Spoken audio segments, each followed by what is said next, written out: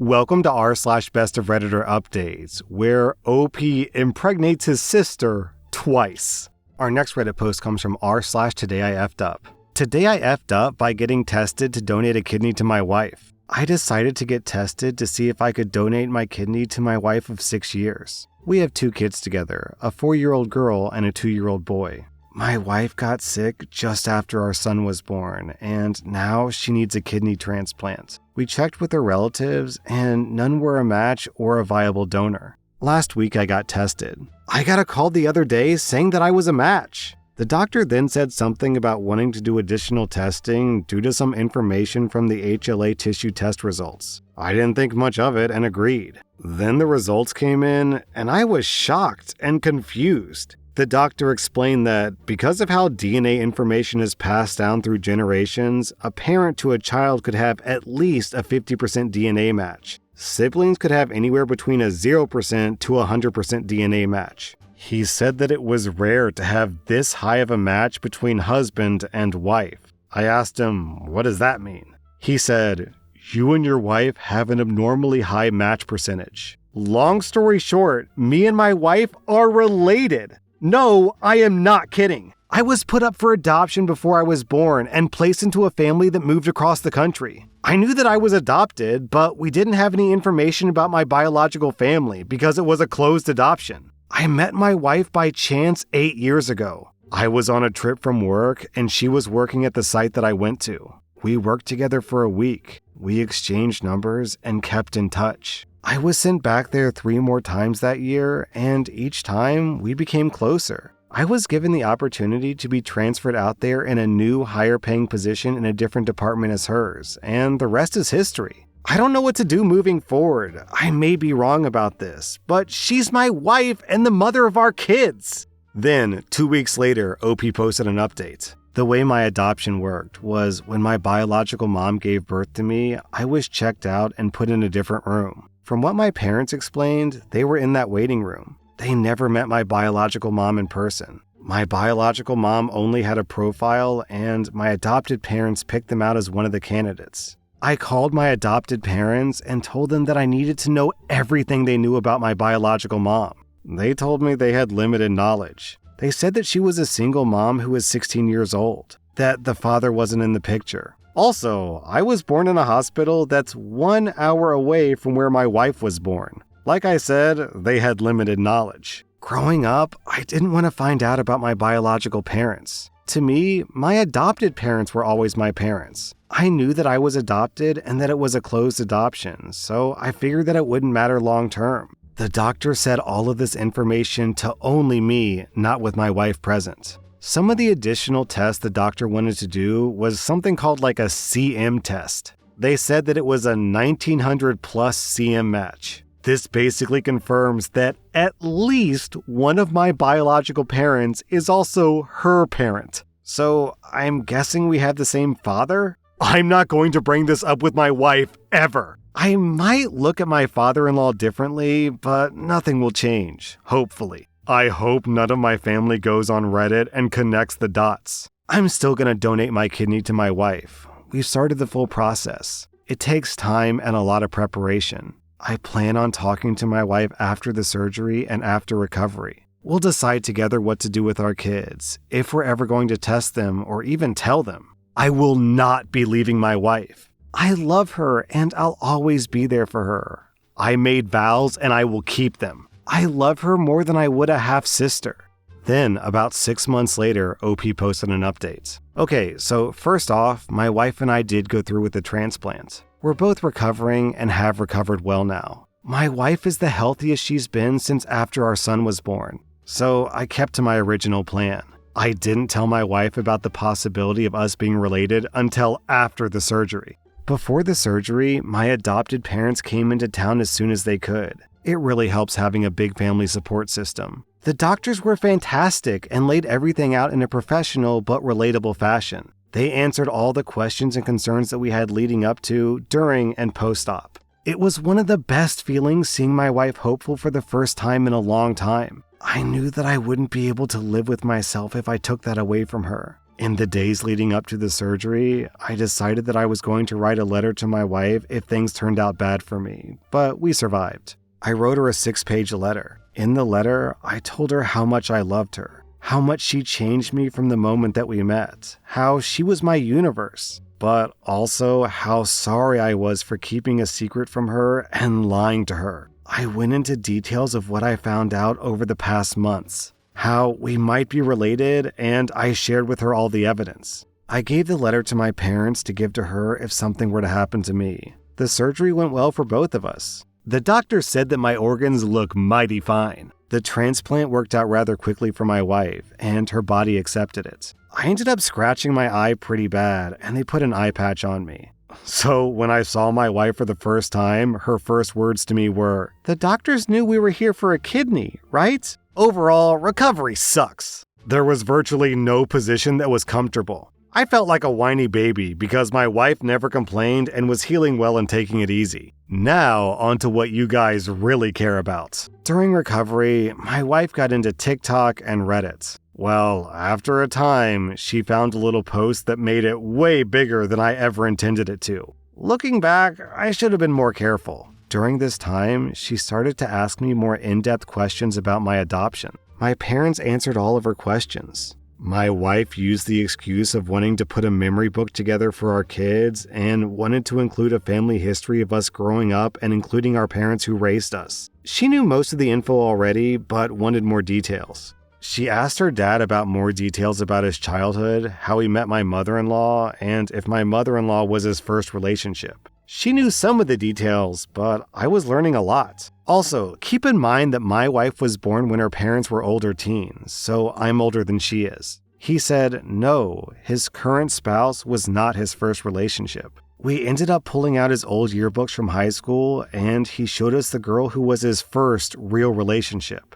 I knew that this woman was probably my biological mother. I could see features that I have in her. He told us fond memories that he had of her. He said that their relationship ended because of her parents, and he never saw her again. He tried finding out what happened to her, but he couldn't because this was before the internet. Shortly after that, he asked out my mother-in-law, and here we are. Nothing about this was a red flag indicating that my wife knew my secret. But after that visit, I felt extremely guilty. She was healthier than she had been in years, out of the major danger zone. So I had no real excuse not to tell her anymore. It took me 2 additional weeks to finally build up the courage to tell her, and she noticed that I was acting off and finally asked me if I was okay. So I said that I needed to talk to her about something serious, possibly life-altering, and potentially a relationship-ending topic. But I love her, and I'll do absolutely everything she's decided from that point forward. She told me that was not a good start to a conversation and asked me if I wanted to try again. So I gave her the letter that I had written before the surgery. She went from curious to happy to crying to intense concentration to being unreadable. In my head, I thought that I had basically handed her divorce papers and I would never see her or my kids again. That the life that we had built just got nuked. When I get nervous, I start pacing back and forth. When she finished reading the letter, she took a moment, then came over to me and stopped me from pacing. She said, "Look at me." Then she smiled a genuine smile and said, "You're the dumbest smart person I know," and kissed me. This started a long conversation.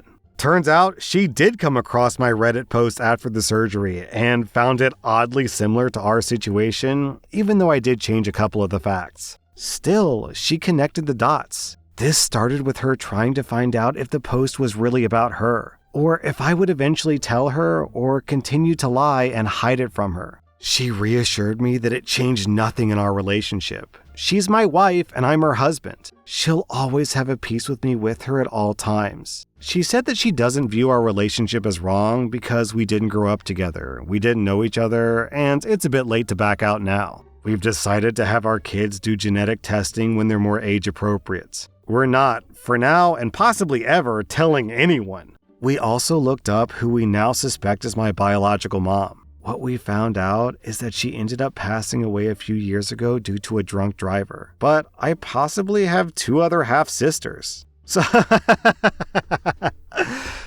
I have dating options down the road if needed. My wife hit me when I made this joke. My kids are doing really well. All they know is that mommy is doing better and enjoying spending more time with her and extra energy and playfulness that she hasn't had in a while. They're doing really well. So all in all, the best case scenario happened. The only things I would change is if your doctors tell you to take it easy and give you proper medical advice, follow it. Also, if you're keeping a secret from your wife, don't. They probably already know, and they're just letting you keep digging the hole deeper. My wife and I are doing really well. We're probably the closest we've been in a long time. I asked her to marry me again. She said that she would think about it. She paused for like 5 long seconds, and of course, she said yes. Man, it's so...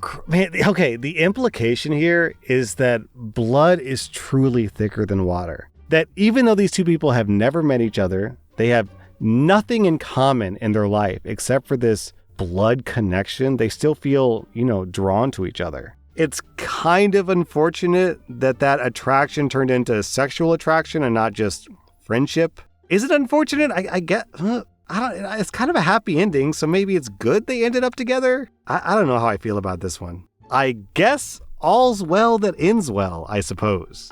Our next Reddit post comes from rSlash relationship advice. I'm a 25-year-old woman, and my 33-year-old boyfriend suddenly told me that he wants to establish traditional gender roles once we get married. I've been with my boyfriend for 3 years now, and it's been wonderful. We've been talking about marriage lately because it felt right for both of us. Over the course of our relationship, we often talked about what our goals are and what we wanted our future together to look like. I was always vocal about how I wanted a more equal, non-traditional relationship. We both work, and we both don't want kids. I expect to have a joint account with him and pay our expenses proportionally based on our income. I do make more than him, but I don't mind because I believe us to be a team. And for the last 3 years, he's agreed with me. Or so I thought. These past 2 to 3 weeks, we've been setting up a timeline for our wedding plans. Basically talking about all the concrete steps and little details. So I asked him again what he wanted our marriage to be like in more detail. Suddenly, he tells me that he wants us to have traditional gender roles, and I was so confused because these past 3 years have not been that way at all. I'm so confused how he just expects us to change after marriage.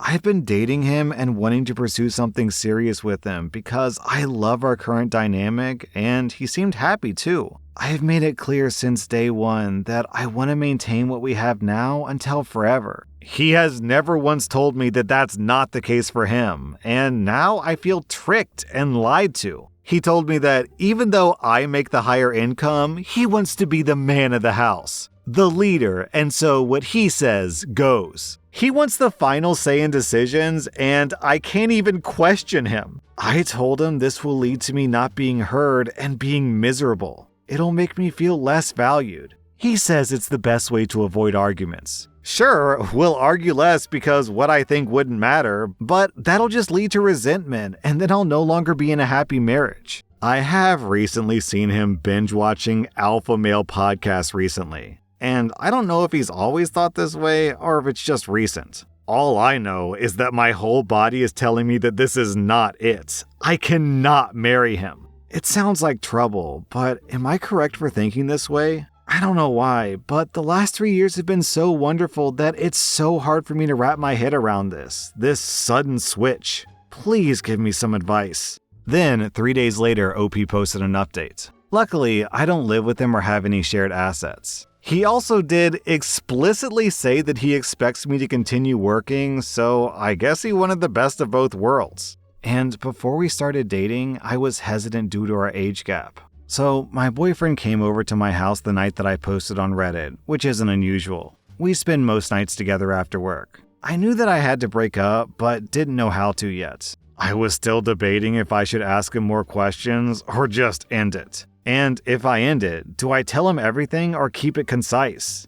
As soon as he came in, he tried to initiate intimacy, and I said no since I wasn't in the mood. He got angry at me, which he's never done before. We've always had a very healthy, fulfilling sexual relationship. But now he kept trying to convince me to passionately hug him and ask me why I was putting my needs over his. That I should just force myself to do this for the sake of our relationship. I said that I wasn't feeling well, and he said, even if I'm not feeling well, that's not an excuse. I was disgusted. I fell out of love that instant. I mean, I was already in the process of it, but this really did it. I also felt very unsafe. I stood my ground, told him that this is not consensual and that someone's health is more important than his need for passionate hugging. I kept repeating it until he eventually stopped pushing, but he didn't leave my place until an hour later. I was afraid to anger him telling him to leave, so I just stayed quiet doing stuff around the apartment until he decided to leave.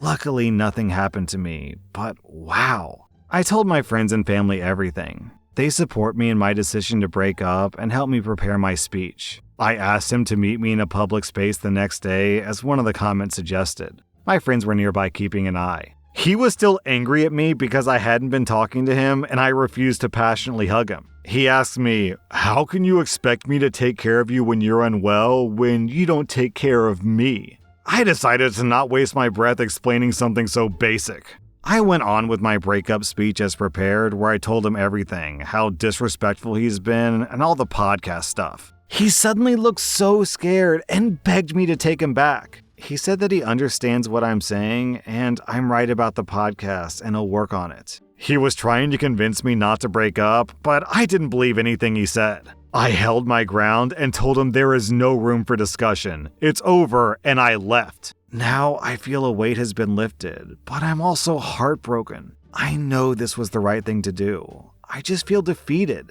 I wake up so anxious, and I feel like crying constantly. Thank you all, sincerely. You helped me in finding courage and strength in my time of need. Yo, this guy wants to be an alpha male in charge of his family with traditional men are men and women are women gender roles, but then he also wants his wife to work. Huh? What? Huh? What? Excuse me? Buddy, pick a lane. What are you talking about? If you want to be an alpha male like in those podcasts, then you have to actually be an alpha male. You can't just say you're an alpha male and expect everyone to believe you. You gotta go work out and make lots of money and all that stuff. You can't just expect your wife to make all your money for you. What a doofus, man.